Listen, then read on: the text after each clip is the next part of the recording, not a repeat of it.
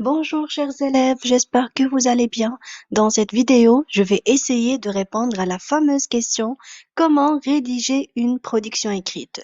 Alors restez avec moi pour découvrir ensemble les étapes essentielles pour rédiger une production écrite et n'oubliez pas de vous abonner afin de recevoir mes nouvelles vidéos.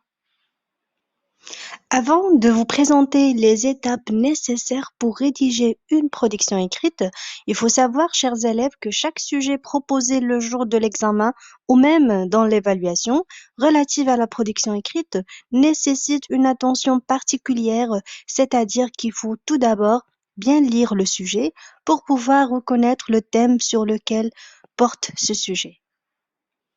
Alors, pour la première étape, il faut tout d'abord reconnaître le thème du sujet. Deuxièmement, il faut dégager les mots-clés. Troisièmement, il faut rechercher les idées. Et dernièrement, il faut les organiser selon un plan. Pour la première étape qui consiste à reconnaître le thème du sujet. Mais que signifie un thème? Le thème est tout simplement un sujet traité dans une œuvre. Et tu dois savoir aussi que chaque sujet posé, soit dans une évaluation écrite, en classe ou dans l'examen régional, a une relation étroite avec l'une des œuvres au programme, à savoir La boîte à merveilles, Antigone et Le dernier jour d'un condamné. Par exemple, dans le roman d'Ahmed Sfraoui, il y a plusieurs sujets traités. On peut citer parmi ces sujets la solitude, le voisinage, le maraboutisme, la polygamie et l'enfance. Passons à la deuxième étape qui consiste à identifier et dégager les mots-clés. Mais qu'est-ce que ça veut dire un mot-clé? Un mot-clé est un terme qui va désigner de façon claire et précise le thème d'un sujet. Il faut savoir que les mots-clés nous orientent dans la recherche des idées, dans la construction de notre plan et permettent aussi d'éviter le hors-sujet. Et ces mots-clés sont comme une clé qui ouvre la porte pour mieux entrer dans le sujet. Voilà un exemple, soit le sujet suivant. Aujourd'hui, pour vivre en toute tranquillité, il faut éviter tout contact avec les voisins. Alors, regardez avec moi ces thèmes, tranquillité, contact, les voisins. Alors, ce sont des mots-clés qui vont nous aider à trouver le thème et aussi à trouver les idées. Et n'oubliez pas la question, partagez-vous ce point de vue. Et donc, c'est aussi un mot-clé qui va nous permettre d'élaborer le plan de notre production. Voilà, chers élèves, nous avons compris le thème de notre sujet, nous avons dégagé les mots-clés et donc maintenant il faut trouver les idées. Mais que signifie une idée? L'idée est une façon de voir un sujet, elle est aussi ce qui vient à l'esprit. Mais où rechercher les idées? Et donc, vous devriez faire appel à des savoirs et des capacités d'analyse. Cela signifie avoir essentiellement recours aux œuvres du programme. Pourquoi? Pour la simple raison que le sujet donné traite un thème qui a une relation au moins avec l'une des trois œuvres au programme. Et aussi, appel à une culture personnelle. Mais que signifie une culture personnelle?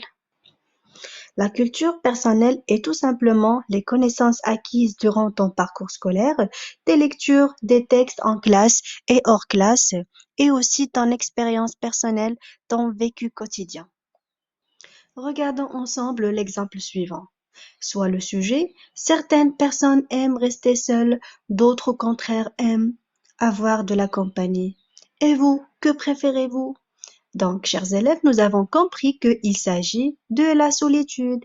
Et donc, voilà quelques idées qui vont te permettre par la suite d'élaborer un texte ou une production écrite. Donc, la solitude va nous permettre de se sentir libre, se sentir en sécurité. La solitude aide à l'épanouissement et aussi la solitude encourage la connaissance et la compréhension de soi. Donc, maintenant, nous avons toutes les idées. Donc, on est censé les organiser selon un plan, c'est-à-dire, on doit suivre un ordre du début à la fin dans la rédaction de la production écrite. Alors, pour le plan, nous avons deux types, le plan général et le plan interne. Qu'est-ce que ça veut dire un plan général? C'est tout simplement l'introduction, le développement et la conclusion.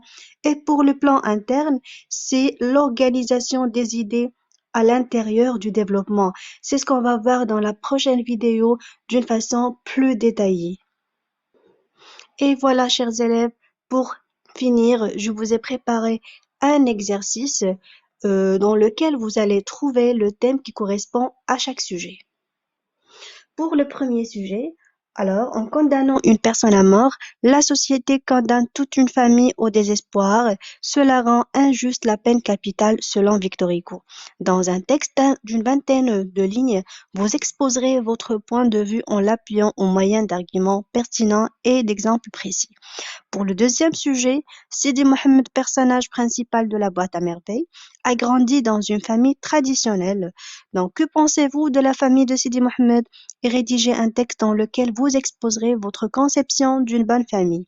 Pour le troisième sujet, les jeunes d'aujourd'hui manquent de respect aux adultes et pensent avoir toujours raison. Partagez-vous cette opinion et développez votre point de vue en le justifiant à l'aide d'arguments. Donc voilà, je vous laisse quelques secondes, chers élèves, pour répondre à cette question avant de passer à la réponse. Et donc, voilà la correction. Pour le sujet numéro 1, il s'agit tout simplement de la peine de mort. Pour le deuxième sujet, c'est la famille. Et pour le troisième sujet, c'est les conflits des générations.